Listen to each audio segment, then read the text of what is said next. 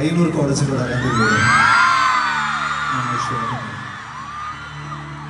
വടക്കൻ കേരളത്തിൽ മാത്രം കണ്ടുവരുന്ന ഒരു പ്രത്യേകതരം കാതിര കാഴ്ച. അതവളുടെ തട്ടത്തിലും മുടികളൊക്കെ തട്ടിക്കളഞ്ഞു ഇരുട്ടിൽ നിന്ന് വെളിച്ചത്തിലേക്ക് ഓരോ തവണ വരുമ്പോഴും പെണ്ണിന്റെ മുഞ്ച് കൂടിക്കൂടി വന്നു. അന്ന് ആ വരാന്തയിൽ വെച്ച് ഞാൻ മനസ്സ് വർദ്ധിച്ചു, മറ്റൊരുത്തം ഇവളെ വിട്ടുകൊടുക്കുക. ഈ ഉമ്മച്ചെടിക്ക് ഇവളെ എന്റെയാണ്.